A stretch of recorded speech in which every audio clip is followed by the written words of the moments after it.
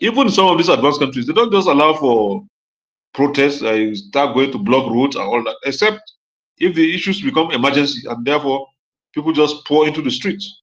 If not, so they have places where you can go and stay from morning till night, abusing, for instance, the queen or abusing the prime minister. In that square, you go there and sit down, abusing him from morning to night, playing your music as loud as you can. Nobody's going to stop you from doing all that. But the moment you get out of that square, you must behave yourself. So if you don't have a place for people to go and vent their anger, then it becomes a very serious. So you should have some regulatory framework. Then you should have some emergency funding and resource mobilization. You can just imagine now that we are all this economic crisis. And I was just reading today, the World Bank is saying that in 2027, in fact, more people will be poured into poverty. Meanwhile, you are the ones advising these people that they must withdraw subsidy. You know, all these policies will not work. And when some of us talk about this, it's not going to work. They say, no, okay, they've done it. And they look at it as a patronage that you are going to get more money. If you control your own assets, you will make more money. Now, if there's any emergency situation, how do you fund it? You now begin to go again, cap in hand, to beg for funds. Ibrahim Traore, the youngest president we have on the African continent and one of the most, visible leadership that we can see in terms of what he's producing in terms of his leadership, is that he has paid all the debts owned by the country. Paid. That didn't stop him from constructing houses, from starting a new assembly plant to produce electric cars, from supporting students to go to university free of charge and paying them a monthly stipend for them to. It didn't stop him. They are all having all sorts of free time there. So you have to plan for the future. You have to plan if there is an emergency. Where is the fund? Where are we going to take the fund from? Or how do we mobilize the resources? They have interagency coordination, which is also a big problem in Nigeria. You have NEMA, that's their responsibility. But anytime there's a disaster, for instance, recently in Maiduguri, the dam got busted and the people were flooded. Their homes were flooded, everywhere was flooding. And some even died, lost their lives in the floods, and so on. Every state has their own, they have what they call SEMA, State Emergency Management Agency. Federal government have their own FEMA. And they have individuals coming to give donations and all that. They're supposed to have a basket where all these funds are going to be collected. That is if there's interagency cooperation. But in Nigeria, I know usually every agency wants to do its own. Nobody wants to be controlled by the other because at the end of the day, most of the support will not even get to the people that the support is meant for. Then communication strategy. What are your communication strategies? Also to communicate, for instance, during the COVID-19, pandemic, the country had to be given virtually on a daily basis, some reports in terms of the number of people that have been affected today, those ones that have gone and have been discharged, number of deaths. Tomorrow, these are the number that have been affected, these are the number that have been discharged, these are the number of deaths. And like that, briefing was being given. And people were being, advised, on what to do. So that is very key. Now, what is some of the framework? I will just give an example of famous crisis management cycle.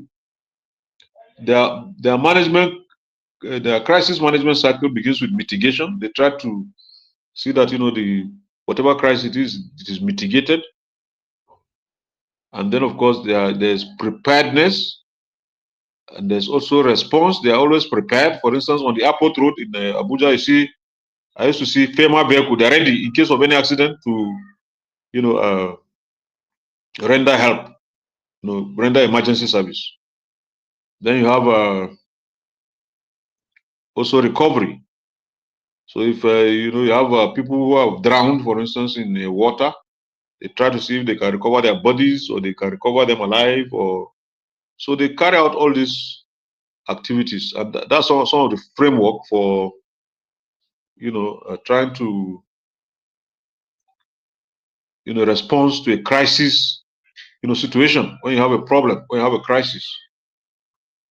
Now, some of the challenges that you'll find with our crisis management system, and that is not completely restricted to Nigeria, but it's a problem, is poor intergovernmental coordination. Most times there's poor coordination among government agencies because of rivalry. Even this fight against Boko Haram and so on, DSS will get security reports.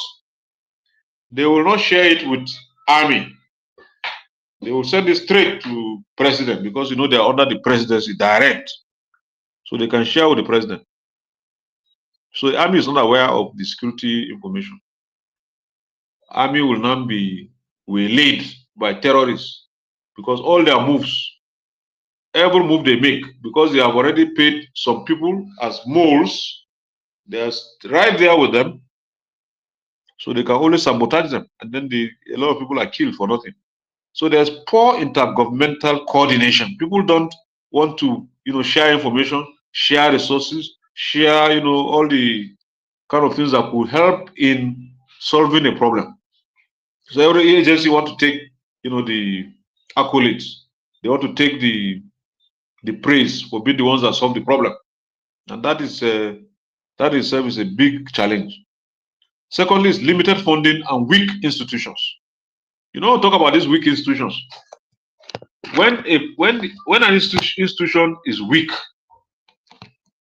for instance, you take the police. The police, even though one of the colonial heritages, but look at it. The Inspector General of Police tenure is over or has ended.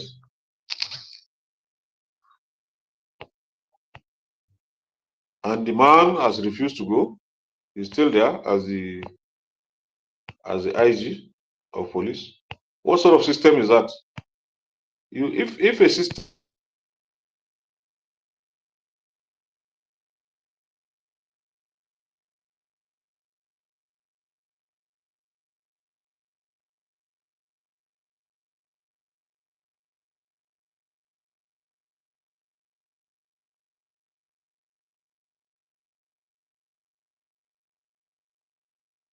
the system must be seen to be fair to all. So if you have registered as a policeman and you're supposed to retire 35 years, the system should pick you out. Once you reach 35, you're not the only police. You're not the only one that can do what they are keeping you to do. What are they keeping you to do for them? So if you have a system, then it should be fair to everybody.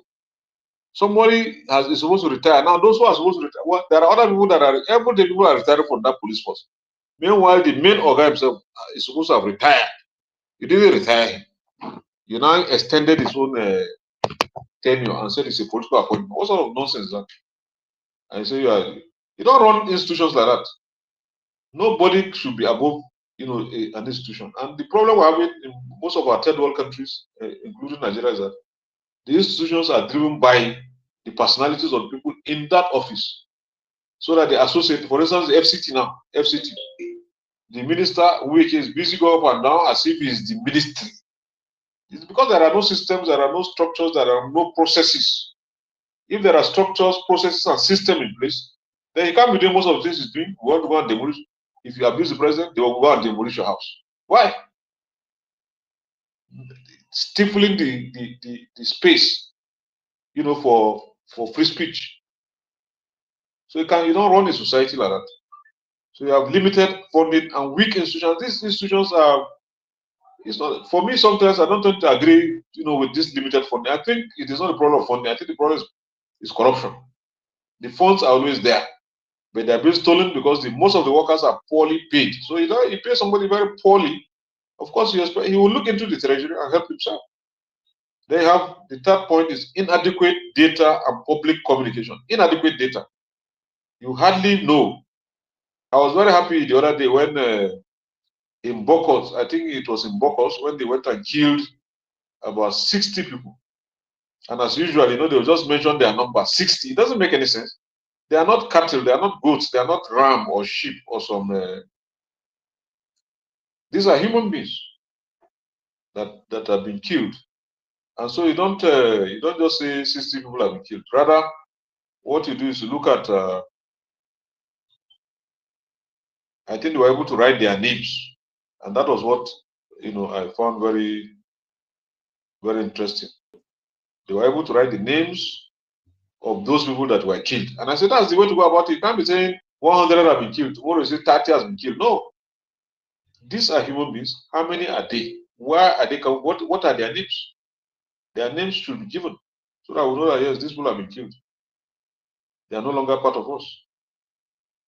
And then so their names can be removed now from all the databases before somebody will go and start using their names for all those things. So you have inadequate data in the first place, and then public communication is also not too good. It is not too good. For instance, when we had the pandemic and people were kept at home, you are kept at home. You are not allowed to go out. As if the coronavirus was waiting for you outside the door of your house. So you are not allowed to go anywhere. Until I think they now decided that they are going to allow people to go out.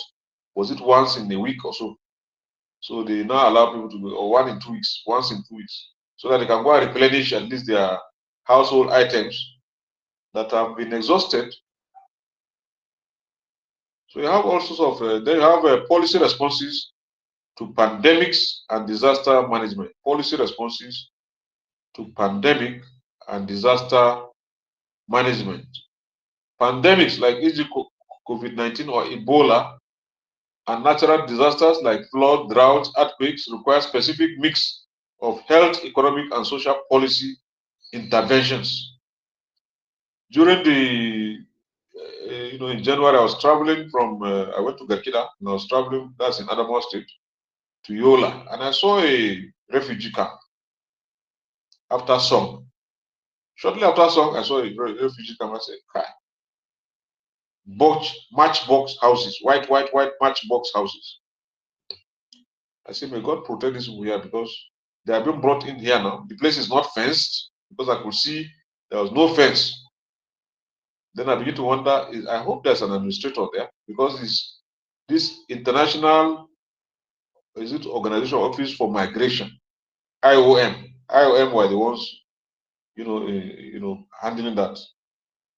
Now, in terms of pandemic response strategies, you have one is public health measures, quarantine, contact tracing, mass testing, vaccinations, and the other things, of course, you are very familiar with, washing of hands, wearing of face masks, maintaining social distance. All those things were being done. Okay, so some of the response that you can get in the public health measures that can be taken is you can quarantine people. Those that are suspected to have this, they are quarantined. Then you can have contact tracing in case somebody has distributed the disease. You can trace all those people he has met with and get them arrested and taken to hospital. Then you can do mass testing. You can even just do mass testing of the entire place to ensure that people don't have that, and then you vaccinate, give vaccines so that people will not be spreading the disease. Even though we are told that all those injections were given during the coronavirus, that they were just to collect some information, or even some of us that are over 50 years and in the 60s, in our 60s, were supposed to, I think they didn't expect that we should survive more than 5 years after taking those injections. We are supposed to die naturally through heart attack and all those things. So, but Africans, God is the one protecting us. All the plans of the Europeans to eliminate us, not because of anything, because of the mineral resources underneath where you are staying right now. There are mineral resources, and they are saying that no, because we don't know about it, they should eliminate us so that they can take over. You have economic interventions, as in responding to pandemic response. Economic interventions, stimulus packages, cash transfers, debt moratoriums, because during a pandemic like during the coronavirus, nobody could travel, nobody could work, nobody could do anything. You couldn't do anything. So if you don't have any support in terms of maybe being paid salary and then being given some support in terms of maybe food supplies, in most of these European countries, you will just discover that in the morning when you wake up, a basket or a carton of food items have been dropped in front of your house. So you just go and you just bring it into your house and you find some spaghetti, eggs, milk, all sorts of things they provide to you, just to ensure that you don't have because you're not supposed to go out. And so they are supposed to now bring these things to your house free of charge. Then you have social policies like food relief, shelter programs, access to utilities, electricity, water, sanitation, all sorts of things that will keep life, make it more meaningful. Then you have also disaster management in Nigeria, legal and institutional frameworks. In disaster management in Nigeria, you have the National Agency for Management, National Emergency Management Agency, that is NEMA. At the state level, you have SEMA, and then you have the Nigerian Center for Disease Control, the NCDC. Disaster management in Nigeria, the gaps is that they have limited local preparedness. I've just asked the questions. Are we really preparing for any disaster? There's no disaster. In fact, here in Uganda, recently they said there was Ebola virus. And I expected that there would be some announcement in terms of restriction of movement, in terms of some public. It's as if there was nothing. People are just going about their normal business. Even in the university where I work, I think they just put some Dettol and something at the gate. If you are going out, you have to wash your hand. If you are coming in, you have to wash your hand. After a while, the thing fizzle out. Nobody's even checking anybody. I said, in Nigeria, if they say there's Ebola, people don't go out. There will be a lot of preparation. I remember those days when they said there was Ebola, people were told to bath with salt, drink salt, and so I say, drink salt. I say, no. You want to kill yourself? Salt is not to be taken as a liquid drink. So there's limited local preparedness. We're not prepared at all for any disaster. Even with these attacks every day, there's no preparedness in terms of, okay, if we are a village, most of these villages have about 10,000, let's assume 10,000 people staying in them. So if the government doesn't have a local manufacturing company that can be producing mattresses, producing buckets, producing cups, producing spoons, just be producing. Since they are not ready to take care of the problem, so that when people have these issues, at least you know that you are prepared to provide some succor to those that have been affected by such brutality and such wickedness by Africans. These are the Africans that are confused, who don't know why they are here, on the continent. You have also funding bottlenecks. Any funding for such disaster, nobody will give you money that you should go and start preparing for an eventuality. Not in Nigeria. The money will be stolen. Which eventuality? They will first laugh at you. That which eventuality? There is nothing that's going to happen. Meanwhile, a lot of things are happening. But you have funding bottlenecks because whatever fund have to go through budgeting process and all that. Then you have political interference, even in the disaster management itself. A lot of political interference will come in. The global examples of this public health, policy response to pandemics and disaster management. We have global examples, for instance, South Korea, digital tracing in COVID-19. In COVID-19, they were tracing people digitally. In New Zealand, they said they had a centralized lockdown strategy. Everybody, they locked down the country. Then Uganda's Ebola response model, they had community engagement and decentralized health teams. And that's not the one that we have just experienced. This one, there was nothing like that.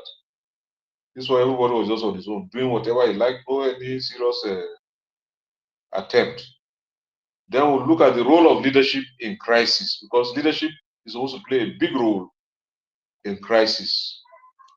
And we know that leadership during crisis involves making timely, strategic decisions under uncertainty, mobilizing resources, reassuring the public, and coordinating actors across different levels of government and society.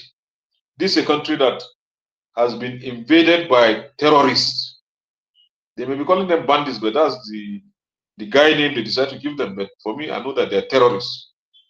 Whether you call them herdsmen or you call them whatever you decide to call them, you are the one giving them a beautiful name. These are terrorists. There's nothing bandits or herdsmen there. These are terrorists. Terrorists. That's what they should be called. They are terrorists. There's nothing bandits or anything you want to, beautify their name and be giving them a beautiful name. Hired men or the unknown gunmen. No, or they are bandits. No, these are terrorists. There's nothing bandit about them. So leadership during crisis involves making timely strategic decisions under uncertainty. Making timely strategic decisions under uncertainty. Mobilizing resources, reassuring the public, and coordinating actors across different levels of government and society. You coordinate different levels of government and society. So all these attacks happening all over the country and so on and so forth. Have you seen the people, apart from the people now, I've told you, and one of the chiefs in one of the villages in Delta held a meeting with Fulani and told them, please, I'm begging you, leave this territory. We don't want you again. Whether they will agree to go or they will not agree to go is a different thing entirely. He said he doesn't want a situation where they will clash with the youth of the town. And then it becomes a recurring decima, a recurring problem that cannot end. Because the Fulani will tell you that if a Fulani boy or a Fulani person is fighting with you and he even dies in the course of the fighting, he will tell his children to continue with the fight. And so when they grow up, all they are thinking is how to go and avenge, their father's attack or whatever. So they don't have this spirit of forgiveness. Is not in their dictionary. That is, so they don't care. Life is nothing to them. You see a lot of them in the bushes. If their animals should be sick, and maybe a Fulani woman is sick, sometimes they value the animals more than the humans. They value the animals more than the humans, but the animals, they know that that's their wealth. In the human being, they can only produce another one. So they don't value life as such. In fact, in Kanuri, most places there, they tell you that if you see a Fulani and you see a snake, leave the snake, kill the Fulani. That's Kanuri adage. I'm just putting it to you in English, but that's just by the way. There's no tribe that doesn't have bad people. There's no tribe. Every tribe will have their own, number of bad individuals. But the point we're making is that you look at all this, because the problem is that they now became prominent in Nigeria. Everybody's looking at them as the problem. I think in Burkina Faso, the president has recently attacked and killed a lot of these Fulani terrorists, which is why one of the reasons why they're saying that it's killing people and is violating human rights and all that. But these are individuals that are attacking his communities. So he decided to pay them back. Now they are ganging up against him. They want him removed, they want him killed, they want all sorts of things. Meanwhile, those ones that have spent 50 years in power, nobody's talking about them. This one has just spent 2 years in power, and his achievements are there. At least for the citizens of his country. They are very happy that the man has brought a lot of progress. They can see, they can feel, they can touch. It's just like what the Chinese are doing. When people say, hey, China wants to take over your country, they are giving you loans so that they can indebt you and get you into a debt trap. I say, okay, fine, you want to indebt our country. Tell me all the debts collected from Western European countries. Where is it? But at least I can enter a train from Abuja to Kaduna and travel by road. You go to, even the stadium. Who are the people that built it? The Chinese. So there are several things they've done. Physically, the things are seen, they can be felt, they can be touched. Europeans, what have they done? They will tell you they are supporting HIV/AIDS, they are supporting education, which you don't see anywhere.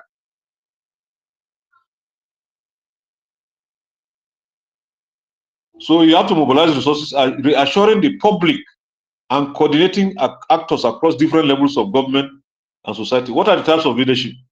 Types of leadership roles that we can play or the individuals can play are strategic leadership. Roles. If you are visionary and you have long-term coordination, then you can be able to, you can be said to be a strategic leader.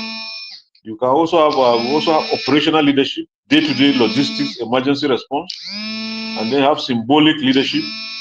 That is how it has to do with public communication, empathy, and rallying morale. You can be rallying, morale of people. Then you have critical leadership skills that you're supposed to have. decisiveness and adaptability, emotional intelligence and communication. You must have empathy. You must be somebody who can easily, connect with people. You should have some soft skills as a leader, and then you have coalition building and stakeholder engagement. If you are going to this coalition they're doing now to oust the president, this is the coalition that's supposed to have to fight terrorists. They should form a coalition to say all of us from different parties, let's come together and talk about this insecurity, and talk about this hunger and poverty, and talk about this lack of employment, and let's think how can we now do, what should National Assembly do, what should the president do, what should the police do. So we should be able to have some engagement at that level. Within the African context, leadership failures during health crisis, you have delayed responses in some countries. They didn't even act. Some didn't even care that there was anything called coronavirus. They went about their normal businesses, like they did in Kogi State, and they did, I think, Cross Rivers and one other. Some states didn't impose anything. Then successes in countries like Rwanda, centralized data-driven responses. Rwanda is a country, even though the president also is a sit tight, but I think he's a developmental president, one of the cleanest countries in Africa. And they say cleanliness is next to godliness. While if you are filthy and dirty, that is how devilish you will be. Then the case study is Nigeria. In Nigeria, we have the Presidential Task Force on COVID-19. Challenges with coordination and state compliance, because most times when the federal government says one thing, the states are doing another thing, like Kogi State and I think Cross River State. They have leadership failures during flooding crisis due to delayed mitigation efforts. What were they able to do when that dam busted in Borno State? What could the state government do? Nothing. They just folded their arms and were waiting for federal government. Is it the federal government that is staying and have been benefiting from the dam? These are questions and these are things. It's just the sign of irresponsibility. So someone said it doesn't really matter. Whoever is there, or whoever is taking some of these positions. So I think we'll stop at this point. That's bringing us to the end of our class today. And I do hope that maybe